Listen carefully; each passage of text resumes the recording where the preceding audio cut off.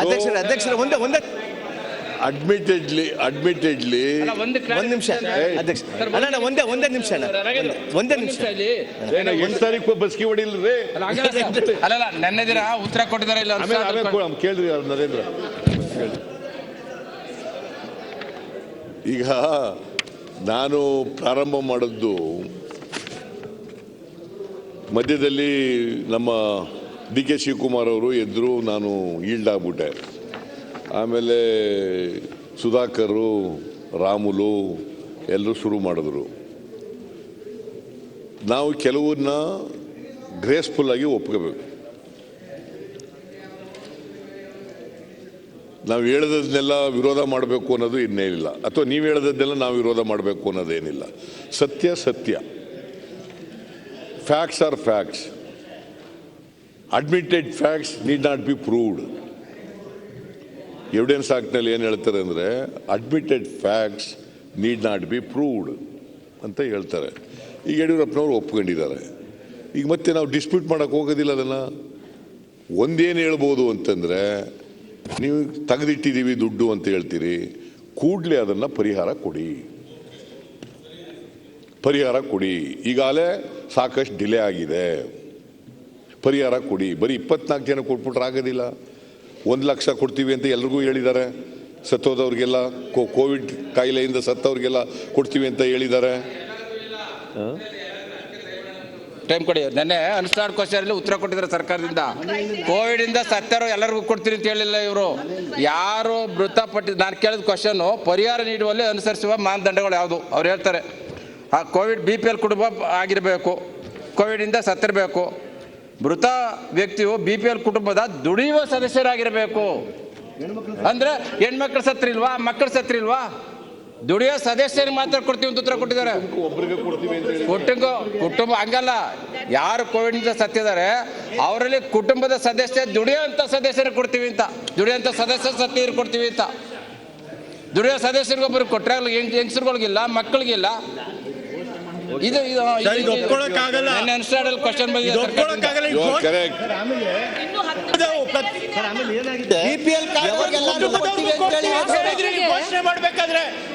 ಘೋಷಣೆ ಮಾಡುವಾಗ BPL card ಅವರೆಲ್ಲ ಮಾನ್ಯ ಯಡಿಯೂರಪ್ಪನವರು ಹೇಳಿದ್ದು. ಮಾನ್ಯ ಅಧ್ಯಕ್ಷರೇ, ಸರ್ಟಿಫಿಕೇಟ್ ಮಾಡಿಲ್ಲ.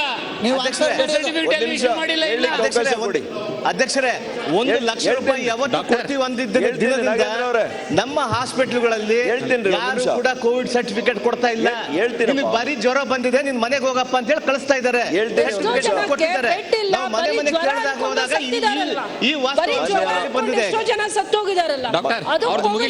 ಉತ್ತರ ಕೊಡುವಂತ ವಿವರಣವಾದಂತಹ ಮುಗಿದ ನಂತರ ಸಂಪೂರ್ಣವಾಗಿ ಕೊಡಿ. ಆಪರ್ಚುನಿಟಿ ಉತ್ತರ ಕೊಡಕ್ಕೆ make use of that opportunity. ಮನೆ ಅಧ್ಯಕ್ಷರೇ, ಎಲ್ಲರಿಗೂ ಯಾರ್ಯಾರು ಸತ್ತಿದ್ದಾರೆ ಕೋವಿಡ್ನಿಂದ, ಒಂದು ಮನೆಯಲ್ಲಿ 2 ಸತ್ತಿರ್ಬೋದು, 3 ಜನ ಸತ್ತಿರ್ಬೋದು, ಅರ್ನಿಂಗ್ ಮೆಂಬರ್ ಇರ್ಬೋದು, ಅರ್ನಿಂಗ್ ಮೆಂಬರ್ ಇಲ್ಲದೆ ಇರ್ಬೋದು. BPL ಕಾರ್ಡ್ನವರಿಗೆ ಕೊಡ್ತೀವಿ ಅಂತ ಹೇಳಿದ್ದೀರಿ. ಆದರೆ ಎಲ್ಲ ಫ್ಯಾಮಿಲಿಯಿಂದ ಸತ್ತವ್ರಿಗೆಲ್ಲ ಕೊಡಬೇಕು. ಈಗ ಇನ್ನೊಬ್ಬ ಸತ್ತಿದ್ರೆ, ಮಗ ಸತ್ತಿದ್ರೆ, ಈಸ್ ಆಲ್ಸೋ ಅರ್ನಿಂಗ್ ಮೆಂಬರ್. ಅವನಿಂದ ಹ್ಯೂಮನ್ ರಿಸೋರ್ಸಸ್ ಹಾಳಾಗ್ತದೆ. ಅದಕ್ಕೋಸ್ಕರವಾಗಿ ಎಲ್ಲರಿಗೂ ಕೊಡಿ ಅಂತಕ್ಕಂಥದ್ದು ನನ್ನ ಸಲಹೆ. ಈಗಾಗಲೇ ಡಿಲೇ ಆಗಿದೆ, ಮತ್ತೆ ಫರ್ದರ್ ಡಿಲೇ ಆಗೋದು ಬೇಡ. ಭಾಳ ಕಷ್ಟದಲ್ಲಿದ್ದಾರೆ.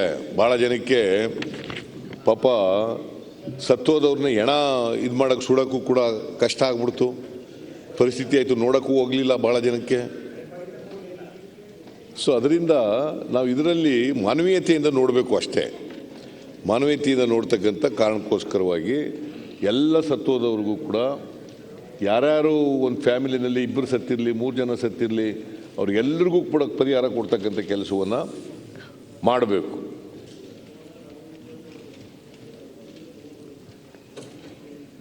ಅದರಿಂದ ನಾನು ಡಿಮ್ಯಾಂಡ್ ಮಾಡಿದ್ದೆ, ಕನಿಷ್ಠ ನಾನು ಲೀಡರ್ ಆಫ್ ದಿ ಅಪೋಸಿಷನ್ ಅವರು 1 ಲಕ್ಷ ರೂಪಾಯಿ ಘೋಷಣೆ ಮಾಡಿದಾಗ ಯಡಿಯೂರಪ್ಪನವರು ಒಬ್ರಿಗೆ 5 ಲಕ್ಷ ಕೊಡಿ ಅಂತ ಡಿಮ್ಯಾಂಡ್ ಮಾಡಿದ್ದೆ.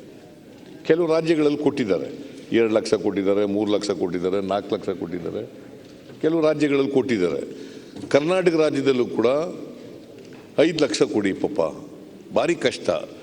ಈಗ ಶ್ರೀಮಂತರು ಪರವಾಗಿಲ್ಲ, ಆದರೆ ಬಡವರು ಸತ್ತೋಗ್ಬಿಟ್ರೆ, ಅರ್ನಿಂಗ್ ಮೆಂಬರ್ಸ್ ಸತ್ತೋಗ್ಬಿಟ್ರೆ ಅವ್ರ ಪರಿಸ್ಥಿತಿ ಏನೋ, ಮನೆ ಫ್ಯಾಮಿಲಿ ಏನು, ಮಕ್ಕಳು ಬಿಟ್ಬಿಟ್ಟು ಸತ್ತೋಗಿದ್ದಾರೆ. ತಬ್ಲಿಗಳಾಗಿರ್ತಕ್ಕಂಥ ಮಕ್ಕಳೇ 1 ಲಕ್ಷ ಮಕ್ಕಳುಗಳಿದ್ದಾರೆ. ತಬ್ಲಿಗಳಾಗಿರ್ತಕ್ಕಂಥ ಮಕ್ಕಳು 1 ಲಕ್ಷ ಮಕ್ಕಳು. What about there future? ಅವ್ರ ಭವಿಷ್ಯ ಏನು? ಮಕ್ಕಳುಗಳು, ತಬ್ಲಿ ಮಕ್ಕಳುಗಳು. ಯಾರ ಕೆಲವರು ದತ್ತು ತಗೊಂಡು ಮಾಡ್ಬೋದು, ಇನ್ಯಾರ ಕೂಡ ಸಹಾಯ ಮಾಡ್ಬೋದು. ಈಗ ಇಡೀ ಅವರ ಭವಿಷ್ಯದ ಬದುಕು ಏನಾಗ್ತದೆ ಅಂತಕ್ಕಂಥದ್ದನ್ನು ಯೋಚನೆ ಮಾಡಬೇಕಾಗ್ತದೆ. ಈಗ ಡಿ.ಕೆ. ಶಿವಕುಮಾರ್ ಪ್ರಸ್ತಾಪ ಮಾಡಿದ್ರು. ಒಬ್ಬರು ಭಾರತಿ ಪವಾರ್ ಅಂತ ಹೇಳಿ, ಕೇಂದ್ರದ ಹಣಕಾಸು ಮಂತ್ರಿ, ಆಕ್ಸಿಜನ್ನಿಂದ ಯಾರೂ ಸತ್ತಿಲ್ಲ, ಆಕ್ಸಿಜನ್ ಕೊರತೆಯಿಂದ ಯಾರೂ ಸತ್ತಿಲ್ಲ ಅಂತ ರಾಜ್ಯಸಭೆಯಲ್ಲಿ ಉತ್ತರ ಕೊಟ್ಟಿದ್ದಾರೆ. ನಮ್ಮ ವೇಣುಗೋಪಾಲ್, ನಮ್ಮ ಜನರಲ್ ಸೆಕ್ರೆಟರಿ ಇದ್ದಾರಲ್ಲ, ಅವ್ರು ಕೇಳಿದ ಪ್ರಶ್ನೆಗೆ ಆಸ್ಪತ್ರೆಯಲ್ಲಿ ಸತ್ತಿದ್ದಾರೆ, ದಾರಿನಲ್ಲಿ ಸತ್ತೋಗಿದ್ದಾರೆ, ಇದಕ್ಕೇನು ಹೇಳ್ತೀರಿ ಅಂತ ಕೇಳಿದಾಗ ಒಬ್ಬರು ಸತ್ತಿಲ್ಲ. ಬಹುಶಃ ಚಾಮರಾಜನಗರದ ಇನ್ಸಿಡೆಂಟ್ ಅವ್ರಿಗೆ ಗೊತ್ತಾಗಿತ್ತು ಏನೋ ಗೊತ್ತಿಲ್ಲ ನನಗೆ. I do not know. ಪ್ರತಿ ದಿನ ಪತ್ರಿಕೆಗಳಲ್ಲಿ ಬರ್ತಿತ್ತು, ವರದಿಗಳಾಯ್ತಾ ಇದ್ದು. ಕೆಲವರು ಬೆಡ್ ಇಲ್ಲೇ ಸತ್ತೋದ್ರು. ವಿಧಾನಸೌಧ ಮುಂದೆ ಆಂಬ್ಯುಲೆನ್ಸ್ ಬಂದು ಬೆಡ್ ಸಿಗದೆ ವಿಧಾನಸೌಧ ಮುಂದೆ ಪ್ರೊಟೆಸ್ಟ್ ಮಾಡಿದ್ರು ಎಷ್ಟೋ ಜನ ಹೆಣ್ಮಕ್ಳು.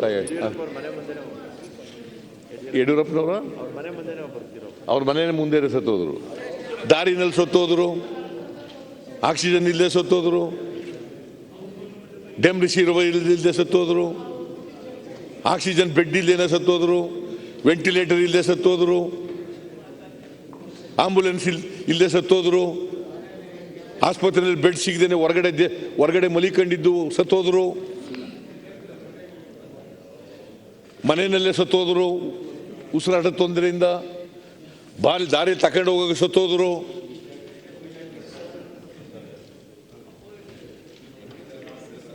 ICU ಬೆಡ್ಗಳಿಲ್ಲದೆ ಸತ್ತೋದ್ರು. ಇದು not only in Chamarajanagar, it is so happened in every district of the state.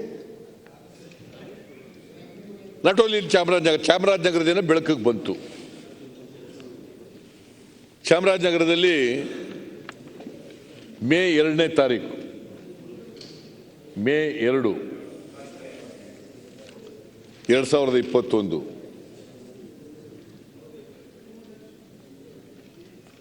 is it not a fact? ಅಲ್ಲಿ 36 ಜನ ಸತ್ತಿರೋದು for non availability of oxygen. Non availability of oxygen. ರಾತ್ರಿ 10:30ಯಿಂದ 3ನೇ ತಾರೀಕು ಬೆಳಿಗ್ಗೆವರೆಗೆ 36 ಜನ ಸತ್ತಿದ್ದಾರೆ.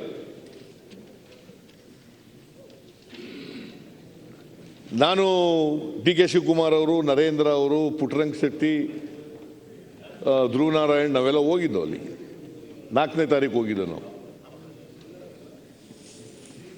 ಇವರು ಸುಧಾಕರ್ ಅವರು, ಸುರೇಶ್ ಕುಮಾರ್ ಮಂತ್ರಿ ಇದ್ರು ಆಗ, ಡಿಸ್ಟ್ರಿಕ್ಟ್ ಇನ್ಚಾರ್ಜ್ ಮಿನಿಸ್ಟರ್, ಇಬ್ರು ಹೋಗಿದ್ರು ಅಲ್ಲಿಗೆ, ಆಸ್ಪತ್ರೆಗೆ 3ನೇ ತಾರೀಕಿಗೆ ಹೋಗಿದ್ರು. ಅದೇ ದಿನ ಕ್ಯಾಬಿನೆಟ್ ಮೀಟಿಂಗ್ ಮಾಡಿದ್ರು 3ನೇ ತಾರೀಕು.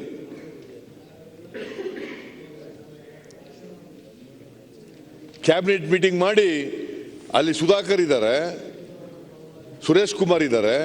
ಇಲ್ಲಿ ಕ್ಯಾಬಿನೆಟ್ ಮೀಟಿಂಗ್ ಮಾಡಿ ಯಡಿಯೂರಪ್ಪನವರು ಅವತ್ತು ಮುಖ್ಯಮಂತ್ರಿಯಾಗಿ ಒಬ್ರು ಅಧಿಕಾರಿ ಅಧ್ಯಕ್ಷತೆಯಲ್ಲಿ, ಯಾರು ಕಳಿಸದ್ದಂತ ಒಬ್ರು ಅಧಿಕಾರಿ, ಅವ್ರ ಅಧ್ಯಕ್ಷತೆಯಲ್ಲಿ ತನಿಖೆ ಮಾಡಿಸ್ತೀವಿ ಅಂತೇಳಿ ಒಂದು ಕಮಿಟಿ ಮಾಡಿಬಿಟ್ರು. ಒಂದು IAS ಸೀನಿಯರ್ IAS ಆಫೀಸರ್ ಇವ್ರು ಏನು ಹೇಳಿದ್ರು, ಸುಧಾಕರ್ ಏನು ಹೇಳಿದ್ರು ಅಲ್ಲಿ ಹೋದಾಗ, ಸುರೇಶ್ ಕುಮಾರ್ ಇದ್ರು ಮೀಡಿಯಾದವರಿಗೆ, ಆಕ್ಸಿಜನ್ ಕೊರತೆಯಿಂದ 3 ಜನ ಸತ್ತಿರಬಹುದು. It is reported in the newspaper. It's not ಕನ್ಕಾಕ್ಟೆಡ್.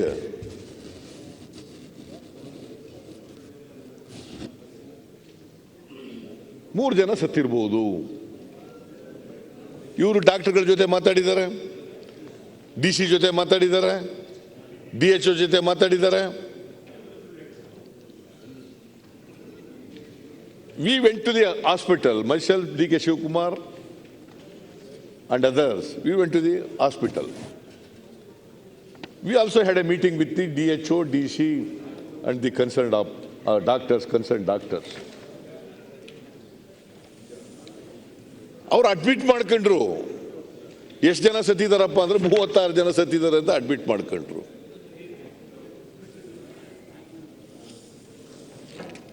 ಇದು ಸತ್ಯನ ಸುಳ್ಳ? ಇದು ನಾನು ಎಲ್ಲರೂ ಮೀಟಿಂಗ್ನಲ್ಲಿ ಇದ್ರು.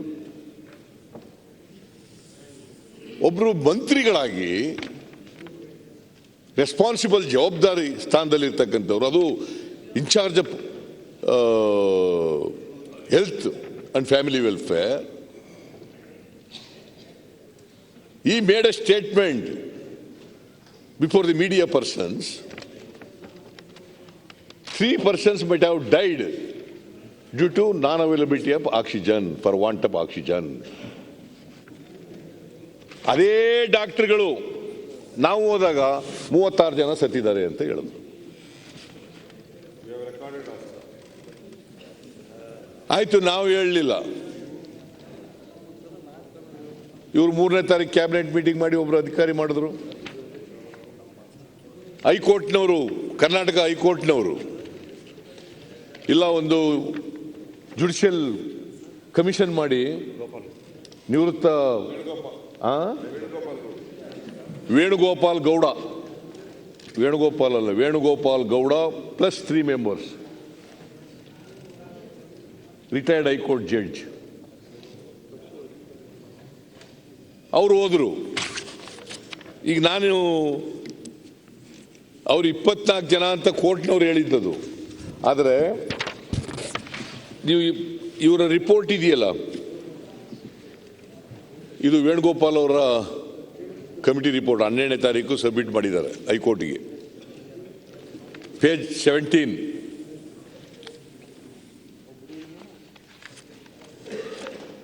17 ನಲ್ಲಿ ಏನು ಹೇಳಿದ್ದಾರೆ?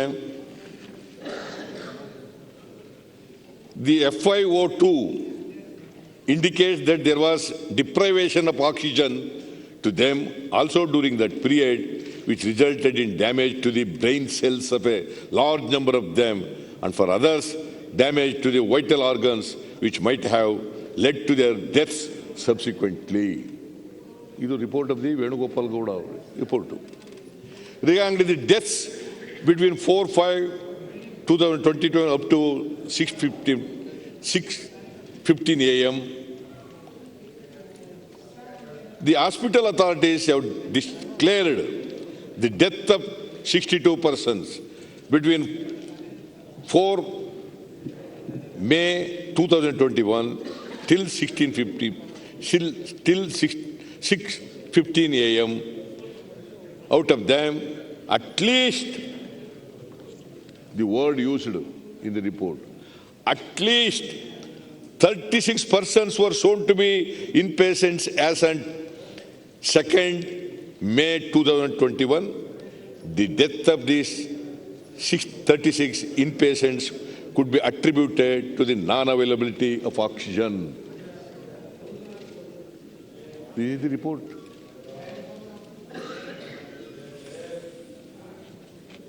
ಹೆಂಗೆ ನೀವು ಸುಳ್ಳು ಹೇಳ್ತೀರಿ ಸರ್ಕಾರ?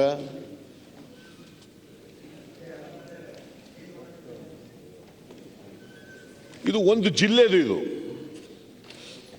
What about the other districts?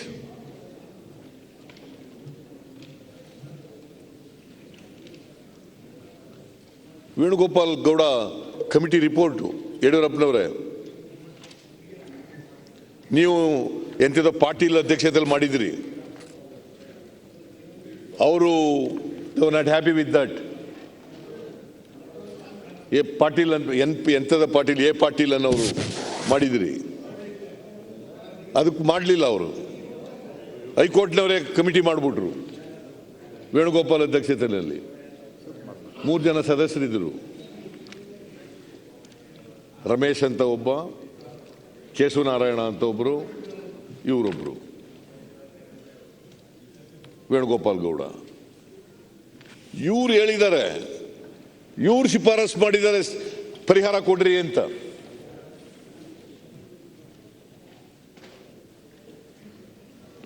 ಒಬ್ಬರು ಮಂತ್ರಿಯಾಗಿ ಅಧಿಕಾರಿಗಳ ಜೊತೆ ಚರ್ಚೆ ಮಾಡಿ ನೀವು ಸ್ಟೇಟ್ಮೆಂಟ್ ಕೊಡುವಾಗ ಜವಾಬ್ದಾರಿಯಿಂದ ಕೊಡಬೇಕಾ ಬೇಡ?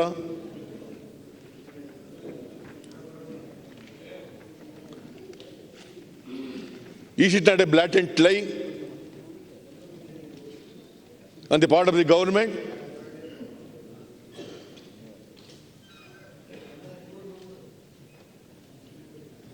See, this is the point. So that is why I say the truth is 3.5 ಲಕ್ಷಕ್ಕೂ ಹೆಚ್ಚು ಜನ ಕೋವಿಡ್ನಿಂದ ಸತ್ತಿದ್ದಾರೆ.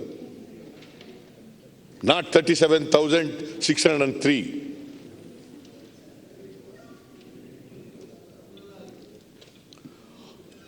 All are eligible for compensation. All are eligible. ನಾವೆಲ್ಲ ಕಣ್ಣಾರೆ ನೋಡಿದ್ದೀವಿ, ನೀವು ನೋಡಿದ್ದೀರಿ, ನಿಮ್ಮ ಸರ್ಕಾರ ನೋಡಿದೆ.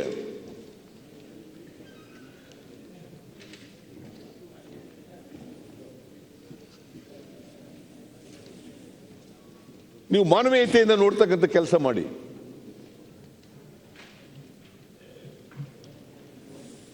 ಯಾರು ಭಾರತಿ ಪವಾರ್ ಅವ್ರು ಹೇಳಿರೋದು ಅದೇ, ದಾವೋಸ್ಗೆ ಹೋದಾಗ ಪ್ರೈಮ್ ಮಿನಿಸ್ಟರ್ ಹೇಳಿರೋದು, ಇನ್ನೊಬ್ರು ಹೆಲ್ತ್ ಮಿನಿಸ್ಟ್ರು ಏಮ್ಸ್ನಲ್ಲಿ ಹೇಳಿರೋದು, ನಾವು ಗೆದ್ದುಬಿಟ್ಟಿದ್ದೀವಿ, ಏಕಾಂಗಿಯಾಗಿ ಕೊರೋನಾ ರೋಗ ನಿಲ್ಲಿಸ್ಬಿಟ್ಟಿದ್ದೀವಿ, ಜಯ ಸಿಕ್ಕಿದೆ ನಮಗೆ. ಪ್ರೈಮ್ ಮಿನಿಸ್ಟರ್ ಹೇಳಿರೋದು ದಾವೋಸ್. ಏಮ್ಸ್ನಲ್ಲಿ ಹೆಲ್ತ್ ಮಿನಿಸ್ಟರ್ ಹೇಳಿರ್ತಕ್ಕಂಥದ್ದು.